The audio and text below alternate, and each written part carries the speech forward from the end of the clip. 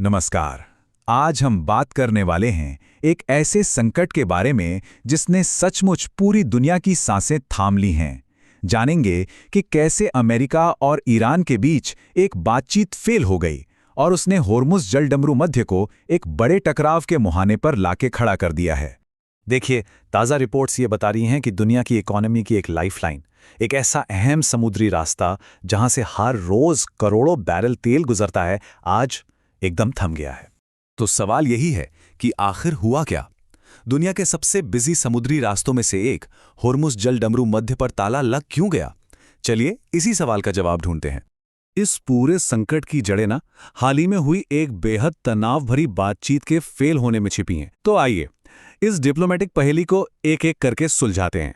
इस रास्ते पर जहाज़ों का रुकना कोई छोटा-मोटा इत्तेफाक नहीं है। ये सीधे सीधे दो बड़े देशों के बीच बातचीत के टूटने का नतीजा है। तो चलिए अब जरा उस बंद कमरे में झांकते हैं जहां अमेरिका और ईरान के बीच वो मैराथन बातचीत चल रही थी। पता करते हैं कि आखिर वहां ऐसा क्या हुआ जो सब कुछ बिखर गया। पूरे 21 घंटे सोचिए, दो देशों के डिप्लोमैट्स 21 घंटों तक एक दूसरे के सामने बैठे रहे और नतीजा जीरो। कोई समझौता नहीं, कोई रास्ता नहीं निकला। अब देखिए, ईरान का ऑफिशियल स्टैंड ये है कि उन्होंने तो अपनी तरफ से पूरी कोशिश की थी, लेकिन अमेरिका भरोसा ही नहीं जीत पाया। अब ये एक डिप्लोमैटिक बहाना है या इसमें वाकई कोई सच्चाई है, ये कहना मुश्किल है। बातचीत टूटने के बाद ईरान चुप बैठने वालों में से नहीं था। उसकी तरफ से जो रिएक्शन आया, उसने पूरी दुनिया को सच में चौंका दिया। ईरान के सुप्रीम एडवाइजर अली अकबर विलायती ने एक ऐसा बयान दिया जिसने मानो आग में घी डाल दिया।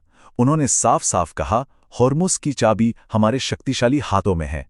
ये सिर्फ एक बयान नहीं था, ये एक खुली चेतावनी थी। और इसी आवाज को और मजबूती दी ईरान के वाइस प्रेसिडेंट मोहम्मद रजा आरिफ ने। उन्होंने कहा, हम अपने हक के लिए पूरी तरह से एक हैं। तो मतलब साफ था, ईरान किसी भी कीमत पर पीछे हटने के मूड में नहीं है। लेकिन ठीक उसी वक्त जब दुनिया इस बढ़ते तनाव पर नजर गड़ाए हुए थी, पर्दे के पीछे कुछ और ही चल रहा था। कुछ ऐसी खबरें सामने आईं जो इस पूरी कहानी को एक नया ही मोड़ दे रही थीं। अमेरिकी मीडिया की तरफ से एक अलग ही कहानी सामने रखी गई, एक ऐसा दावा जिसने सबको थोड़ा हैरान कर दिया। उनके मुताबिक एक तीसरा देश है जो अभी भी पर्दे के पीछे से दोनों के बीच सुलह कराने की कोशिशों में लगा है। मतलब उम्मीद की एक छोटी सी किरण अभी भी बाकी है।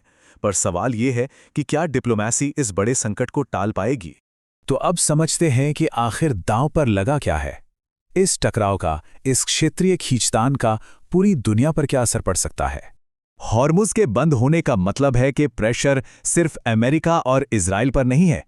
इसका असर यूरोप तक महसूस होगा और उन सभी देशों पर जो अपनी गैस सप्लाई के लिए इस रास्ते पर निर्भर है।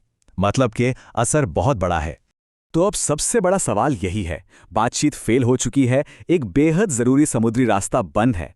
तो अब आगे क्या होगा? क्या दुनिया एक और बड़े टकराव की दहलीज पर खड़ी है या फिर पर्दे के पीछे चल रही कोशिशें इस तूफान को रोक पाएंगी?